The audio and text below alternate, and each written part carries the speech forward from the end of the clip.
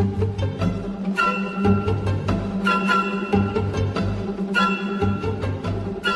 guys, welcome to another episode of Push the Point, but this time we're going to be doing a deck tech. So I've decided I wanted to go and do this because after the you might have already heard this from the Push the Point podcast. If not, I'll explain it here. So I went to Derby Proquest at Boards and Swords Hobbies. Amazing event. Had a brilliant time at the venue. Got to meet all of the lovely people at the event, and it was so great to have a chat with people there. It was awesome. I don't really know what more to say apart from that everyone there was great. It was lovely to see a bunch of people come up and say hi and meet some new fans or some existing fans that came up and just said hello. We got a chance to throw out some more this new thing that we've got, which is a push the point dice. It might be a little blurry. There you go. We've got dice that has to push the point on it. My fingers are all dirty because I've been I've been taking the mud out of these grills, and I thought I'd wash my hands better. Apologies. So yeah, we've got some push the point dice, and we're handing them out to people at the event.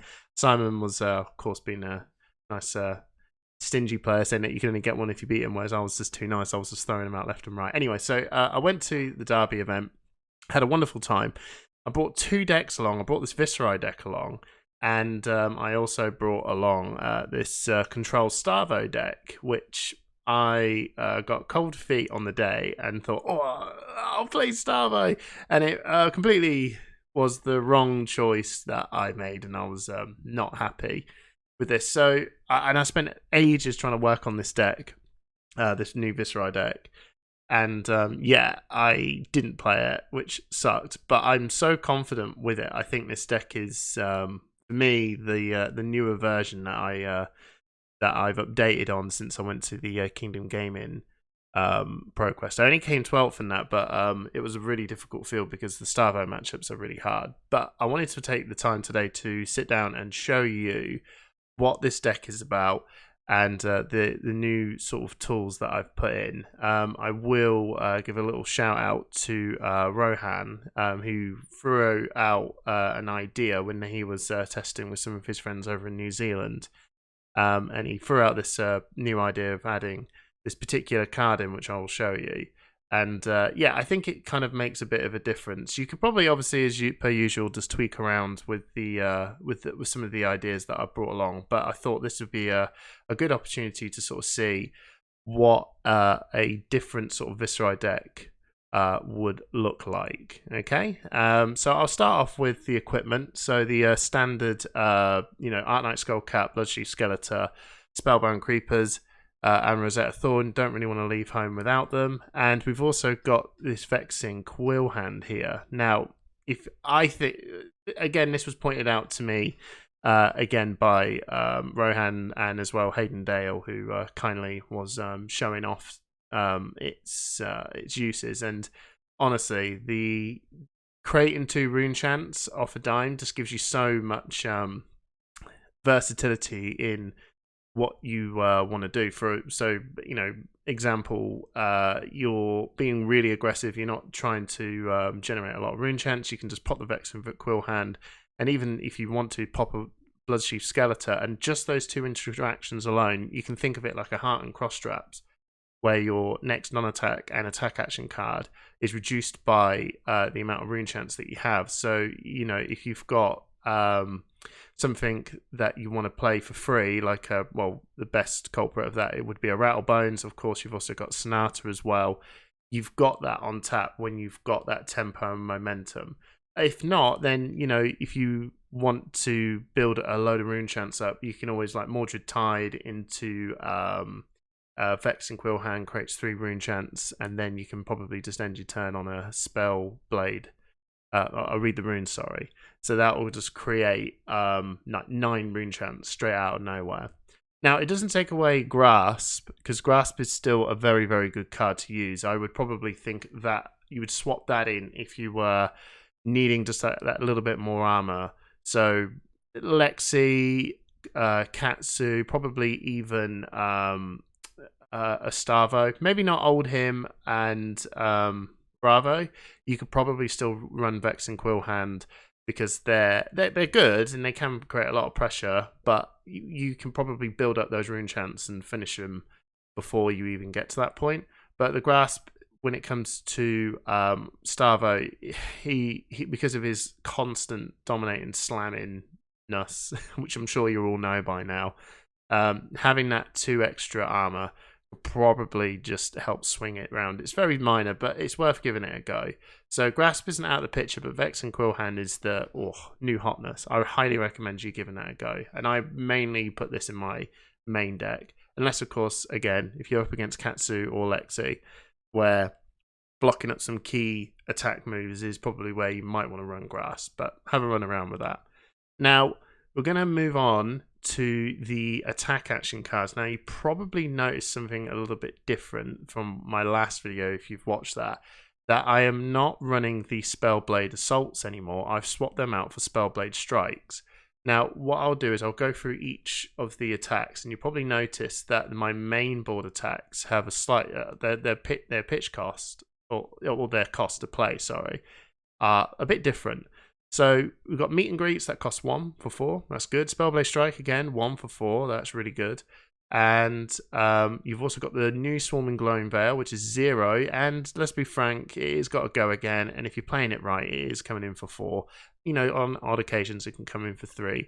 Rune Flash does cost more, but it's because the rune chants are reduced. That can really help with reducing the cost as well. Looking at you, Vex and Quill Hand, you know, can just help reduce that cost. So normally you can come in for about 2 or 1.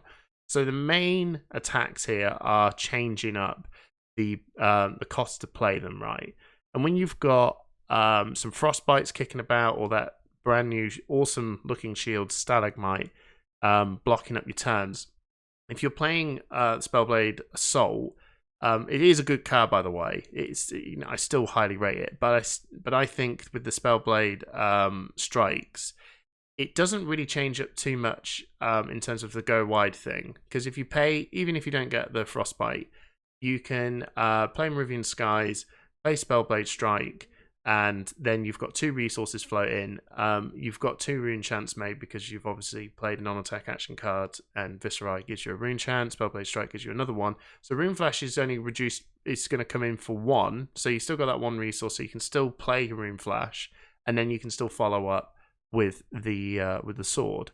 So I don't think this changes up too much. It just gives you a bit more flexibility when you've got a Frostbite token on you. Give it a go, see what you think. If you're not too happy with it, then you can probably still change that up to a Spellblade Assault. But at the minute, I've been finding that this card has been pretty much doing the same legwork. You are losing that 1 damage, but I still think that flexibility to have that few more resources float in to just help out a little bit more. You know, you got, when you want to have a follow-up, even with a 2-cost attack, which we'll go through in the sideboard in a minute, and Rattle Bones or so on, just gives you a little bit more room. So that is the Reds mains that will always stay in there: Meet and Greet, Spellblade Strike, Swarm Green Veil, and Rune Flash. Right, now Rev, we'll go down to the attacks when it comes to the blues. I know I'm probably talking about this really different. Everyone just goes through all the reds, but I like to sort of think about all the attacks first and in their form, and then you can obviously see with when it comes to resources where that goes from there. So again, I've opted for the Spellblade Strike blues because I really like how Spellblade Assault on its blue form can still help you get those rune chant generations, because majority of the damage coming from this deck, if you've played it, does come from Arcane. So being able to have that Arcane to, you know, even if you had a Spellblade Strike blue with Meridian Skies or so on, you know, you can still being able to go wide. I've had a couple of occasions, which you probably notice, I've only got one. Yeah, I've only got 1 Dread Triptych in there. So I used to have 3, but I noticed that it was really, really tricky to play that. It is a good card, and it's got some very big flexibilities with it. But having still, no matter what, I know you would prefer the reds, but even the blues being able to have that opportunity to sort of do the 3 attack wide, spellblade strike, either swarming global veil or rune flash, followed by sword. Even the blues can still give you that opportunity to do that move set, basically. So I've been trying out the spellblade strikes. I think they've been really great, and I put in the 1 copy of Dread Tipty because you really only actually play 1. You may have an opportunity to play 2, but because of its cost, it really does come to this niche scenario where it doesn't get played that often.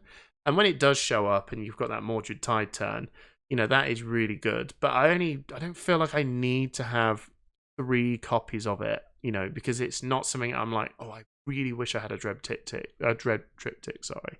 So having the rest of the blues, Spellblade Strike, Spellblade Assault, Vexing Malice, and even the new Shrill of Skullform, which is crazy good card. Those blues for me feel like they're just doing a lot more work on their lower damage form, especially because they're all doing something. Strike and Assault are creating the rune chants. Their power's not that great. Vex and Malice is doing their 2 arcane, which is, I think, my motto is Vex and Malice wins you the game. I'm telling you, people, wins you the game. You follow up, especially on the last couple of turns, lead the charge or Moravian Skies into Vex and Malice 2 arcane, and they're on that 1 health. Especially when you're up against like an Oldhim or a Starvo, and they've got that pesky crown to go over, and then you can clear one of them, and then your sword helps you finish the game off. So can't understand that. Shrill Skull Form, I'm sure you've probably seen some other deck texts from other people. 2, 4, 5. I know you probably think, well, where is that aura coming from? This is Viserai. You're going to play a non-attack action card followed by the Shrill. You're going to create a rune chant. There's your aura being created. It gets +3. A 2 for 5 and a blue. That's the value of that is absolutely insane. So there's my main board attacks. So the non-attack action cards, again, you probably see a lot of them. They're pretty typical. Mordred Tide. The new Reveling Rune Blood is absolutely zonkers, especially when if you just think of it just playing it on its own, it gets 5. That's nuts. And being able to creepers that in as well, the uses of that is insane. And just remember, everyone, if I don't know, this interaction probably might not come up too much, but if you happen to play an attack that has a go again, I know Rune Flash or Gloom Veil, and then you play Revel in Rune Blood. I know that you haven't played a non-attack action card yet, so it's not going to trigger its other one. But the second you play that one, you can then creepers in, if you happen to have another one, but you can creepers in the second one, and I can't really go, I can't understand the full things of it, but it just think it's like his interactions that wizard does. So it's picking up that you've played one already. It hasn't hit the board yet, but it's recognized that you've played a non-attacking action card already. So then it will say, oh, cool, here's my one. And then the other one will go, oh, you are playing another one, all in the same interaction. So bam, they both talk to each other. And there you go. You've got 10 rune chants straight out the bat. Is that right? 10 rune chants? Yeah, it would. I think that would definitely make 10. 9, if I've got that wrong, but 9 or 10. That's a lot of rune chants just coming out of nowhere. So you can be really clever with that. And then there you go. There's your Ninth Blade. Just paid for. Straight out of nowhere. So yeah, that card is nuts. And I don't need to tell you when Mordred Tide's out, things get a little bit out of hand. So, and then, yeah, think Vex and Quill Hand as well. The sky's the limit, right, with the interactions you've got here. Rattlebones, I did have 1 in the other one. I then moved up to 3. I've knocked that down to 2. I think you could probably run 3. I think the sideboard's a little bit tight. Rattlebones, to me, is a really, really, really good card. It helps you finish the game off by pitching a blue, play rattles, find a Glooming Swarm Veil, come in with a go again, and then finish off with the sword. That interaction is just really good, especially if you've only got a blue and a Rattlebones. You've got a good attack there straight away. So I went down to 2. I don't think you potentially need to have 3. You could have 3, but there's times where, again, it can show up, and when it doesn't, it's okay. But have a play around with it, see what you think. Sonata, obviously. Now, you probably noticed here that we've got the skies, obviously, but I've gone a little bit heavy on the, if you looked at my last video, I had 3 blue, 3 yellow, and I think it was 2 red. Yeah, I think I had 2 red there. So in this one, in my main board, I've gone for 3 yellow, 3 blue, 2 yellow, and I've also got, as you probably noticed here, a sneaky lead the charge blue. That is the right hand special that was shown to me. Now, the reason why we want to go down this road of having these lead the charge blues and skies blues, and even the 2 skies yellow in the main board, is that even if you want to OTK, being able to have that option to, when you've got lead the charges or skies, to just go wide when you need to. So OTK, really, in my world, you could build an OTK deck that is just full on just building rune chants, and I don't know if this is I don't think that's the correct way to just go about it with Viserai. Viserai is at its strongest when you can pivot and you can come in waves, right? So when it comes in waves, you want to start the turn off if you can. If the cards are telling you to sort of push, and you've got like a skies or a strike followed by an attack, just do it. Just start those turns off and just doing that. Even if you are putting in more read the runes or rune chant making than usual, but once you've built those rune chants up and you still need to have a way to try and close the game out, because you're probably not going to do it in a one-off hit, because you can go at this at 10 to 12 rune chants. So once you're doing that, you need to have a way to finish the game off. Plus, as well, you want to try and find a lead the charge or skies, or even a Revel in Runeblood when you're going off to do the big turn, to creep us in that second card that's going to give you that action point back, because you want to try and find a big 9th blade, or even or you got a few runic reclamation, amplify the art knight, or runic or 9th blade ideally, or even the shrill. You can probably get away with the shrill when you're doing the big first hit that doesn't have a non-attack action. And then most of the time I've seen people just go, I'll play the skies first, get more rune chants, and then play the 9th. And that's cool. That is cool. But depending on what your Sonata big turns are, it's probably a cool idea to just go, I ain't going to play the skies straight up. Just play that 9th blade straight away.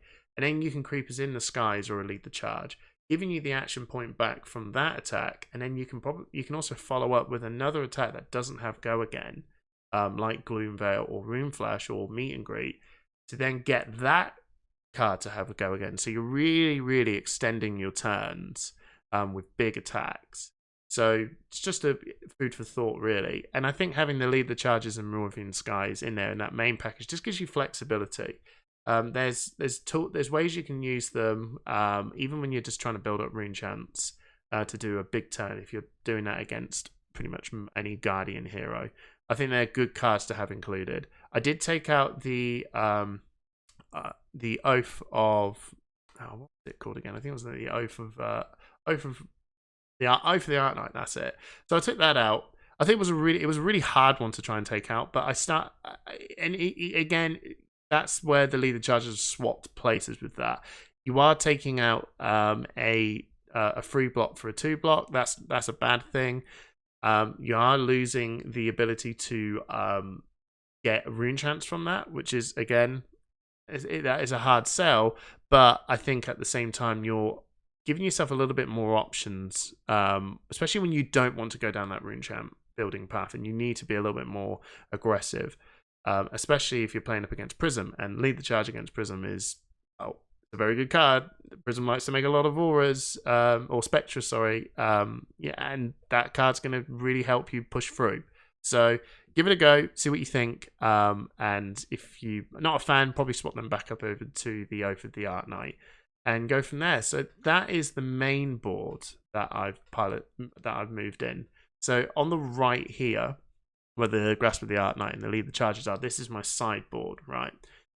So we've got Lead the Charges yellows, Moravian Skies red and blue. So if you're going to go, full into the face, these are the cards that you want to put in. So I've laid out the main deck to have, I think it's 25 non-attack action cards. So all you need to do is put in 5 non-attack action cards. And to make it quite simple, if you're going to go to the face and you're not so fussed about building a load of rune chants, put the 3 lead the charges in and the Maroonian Skies. I call it the lead the skies package, right? So lead the skies is where you need to go.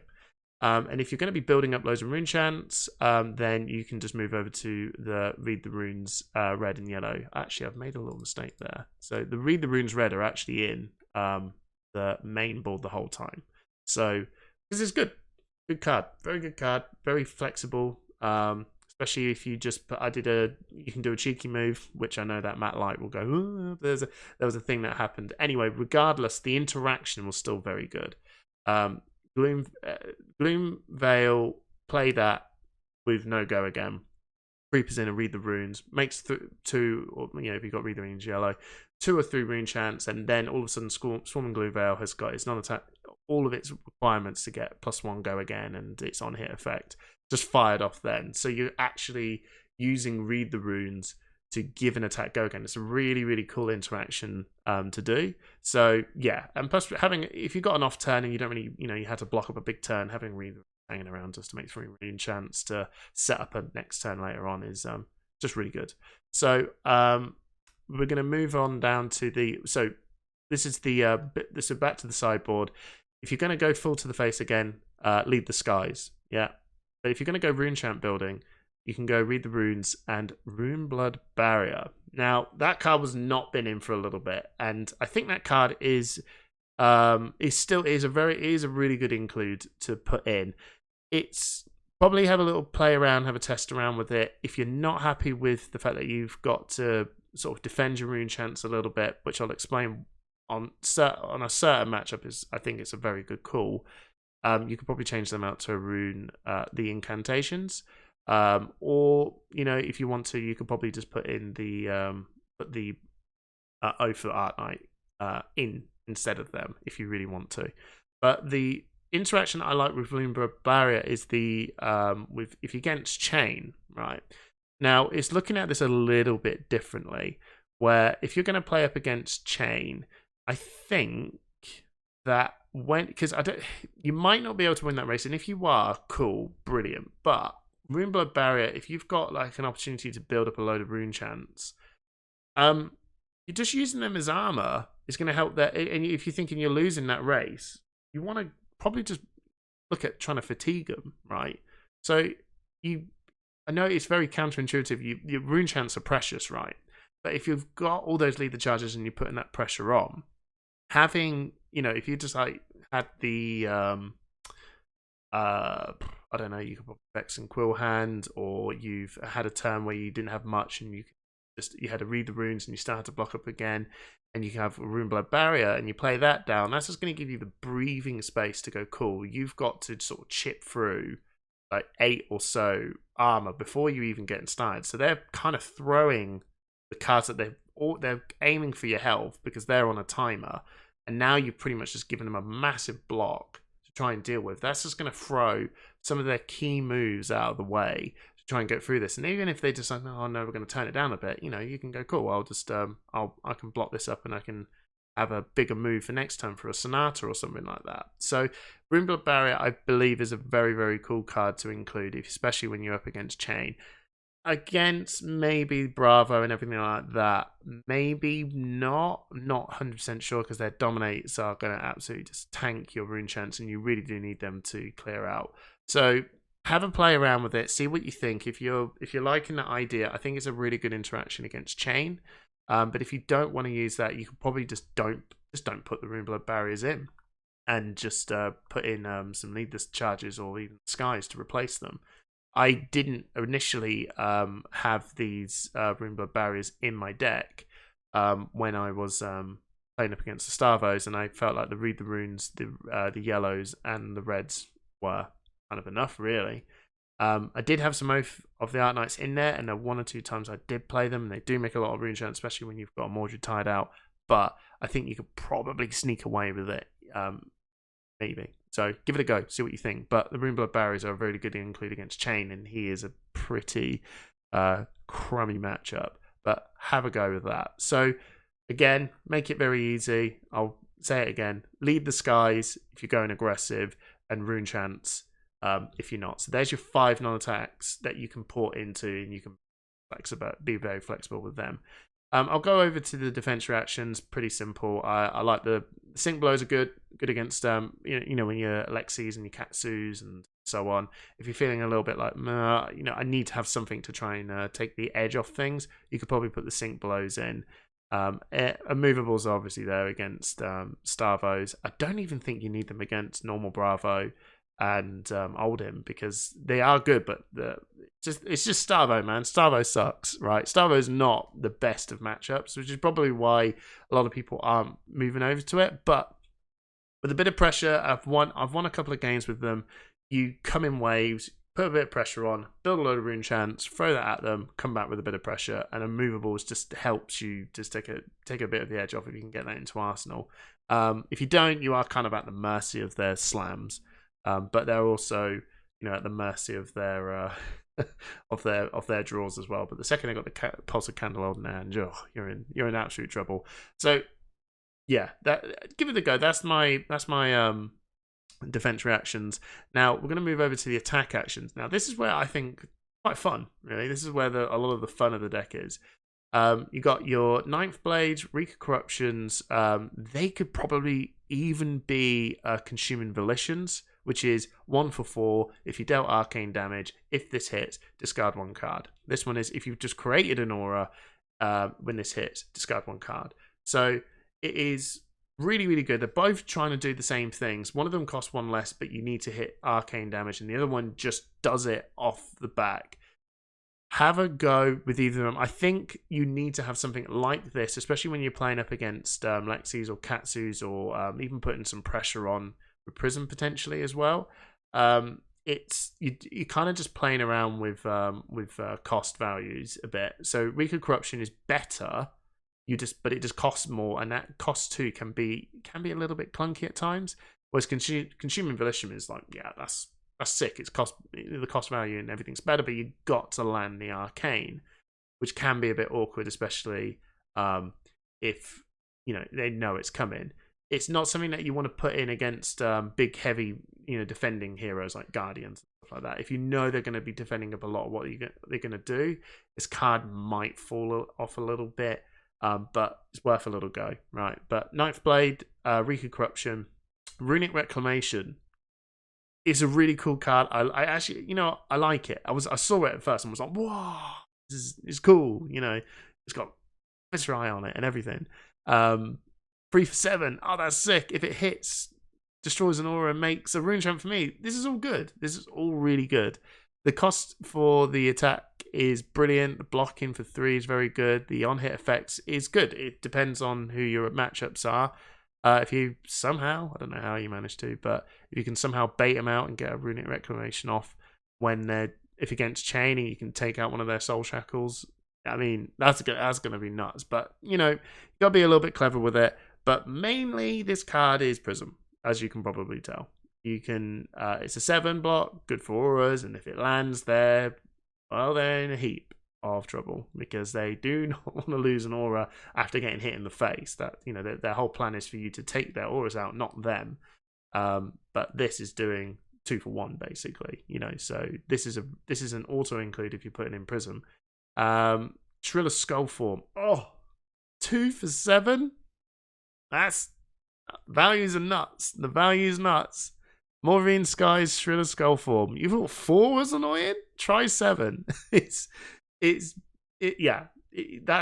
card is what you want to put in if you are going straight to the face. And Amplify the Art Knight. That one is a really good card. I highly recommend it. You could swap that out for a Command and Conquer. Because you've got a load of lead the charges in there as well. So Command and Conquer is going to take the effects of the blue and the yellows.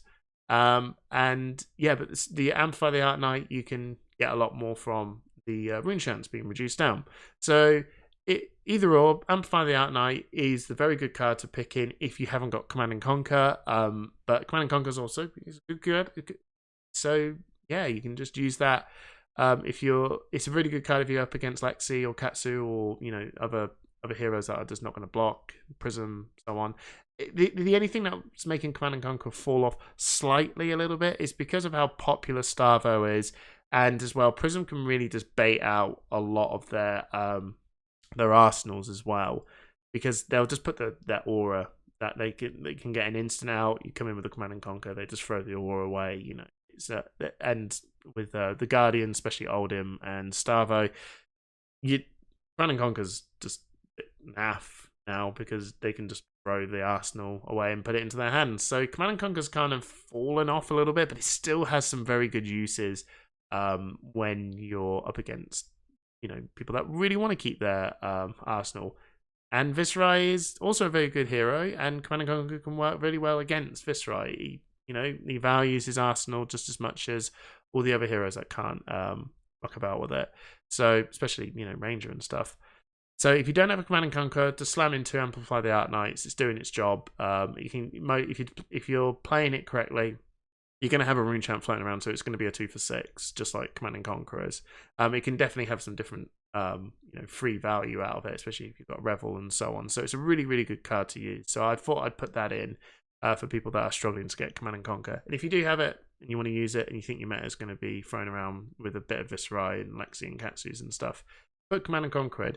Now, if you are, there you go. That's my attack package. So have a play around with it. Those are the cards that you kind of want to go, what do I want to play up against? I can give you a couple of ideas. The easiest one is Prism, obviously. So you've got 6 attack action cards you can throw in. I think, yeah, you've got 24 attack action cards in the main board. So you can slide in 6 attack action cards from your sideboard, depending on what your matchup is. So if you Prism, Ninth Blades, Reclamation, Amplify, the Arc Knight, or Command and Conquer. If you go into the face, you could probably go, Shredder Skull Form kind of gets thrown in there majority of the time, because if it's not, I think it only comes out when it's against Prism. Against everyone else, yeah, 2 for 7. Very good. So Shredder Skull Form, something I want to use, or, I'm up against Katsu or Lexi. Okay, I'll put some Reeks in there. I might want to build up some rune chants a bit more. Probably go for the one ninth blade and one amplify. The flexibility is all there because your main board is doing so much work with its good cost values. These are the ones here where you can throw about with whatever you feel like is the best sort of cards for the matchups, and you can just sort of see what their on hit effects are or their power and so on. That's where you want to go. If you're building loads of rune chants up, ninth blade just gets better, obviously, because it's that big hit. So yeah. This is the deck that I've been mucking about with. Have a go, see what you think. I hope that you really enjoy it. A like, a comment would really be, appreciate it. And I hope you get some great success with it, because I'm still very sad I never got to. I got a bit of a weenie and didn't play this in my Proquest, but I haven't got any more.